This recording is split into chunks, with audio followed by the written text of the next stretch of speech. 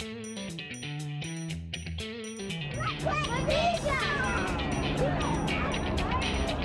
we just spent a little bit of time out on the trail collecting garbage, and this is what the kids came up with. Yeah. Looks like that cup too can be composted. Yep.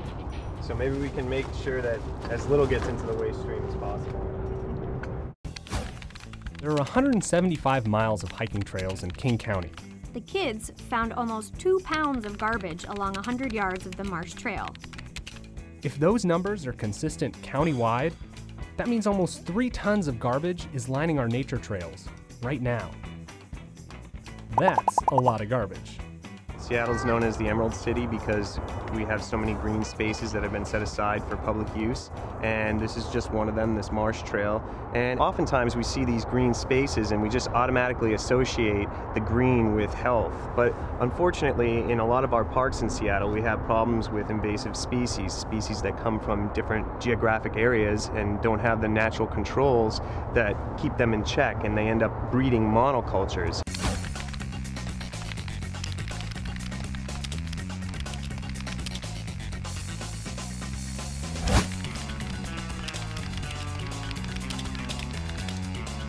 The ecosystem that we're looking at right now has been heavily modified by humans since European arrival.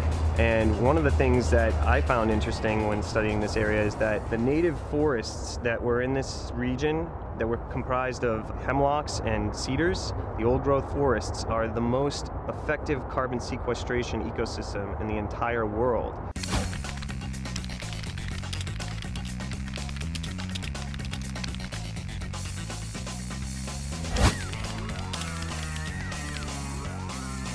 So what used to be here was the best carbon filter for the atmosphere. It still exists in areas around Seattle, like when you get further out from the city, but here in the city it's largely gone.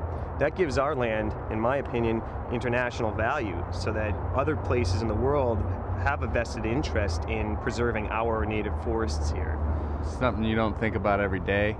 You probably tend to think that whatever will be, will be. So it's good to kind of get a perspective in terms of your impact and just day-to-day uses and the things that you do that can impact, you know, every environment.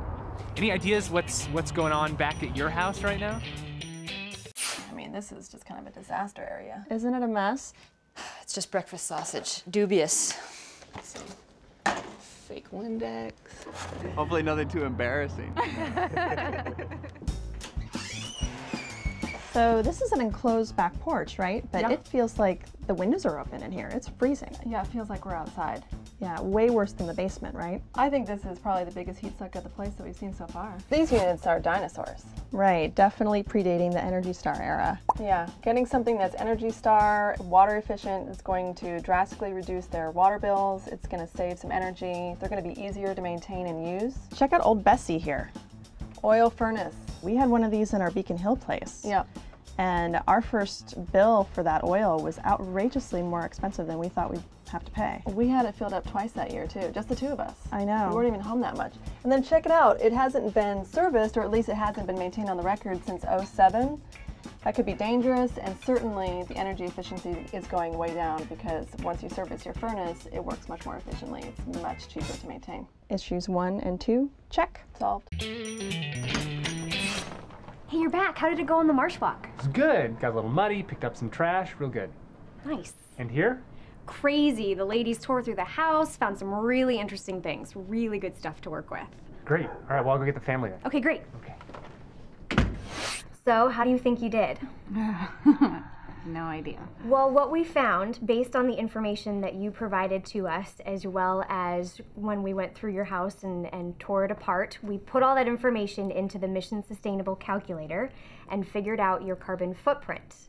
And what we found is that if every household lived the way that your household lives, it would take 3 planet Earths to sustain your lifestyle.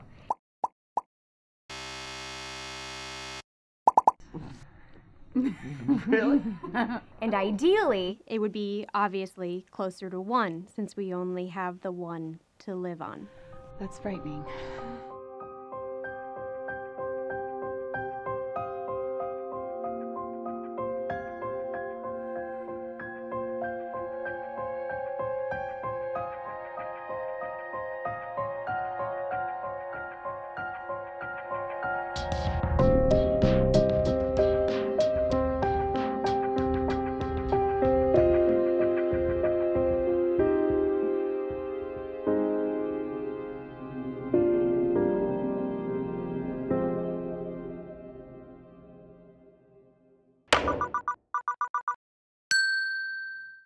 you do need to own a car, you can do a lot for the environment and your wallet by making sure it's in tip-top condition. An underinflated tire will reduce your fuel economy by 2% per pound of pressure, and standard maintenance will help increase your average miles per gallon. So plan ahead and consolidate as many errands as possible into a single trip.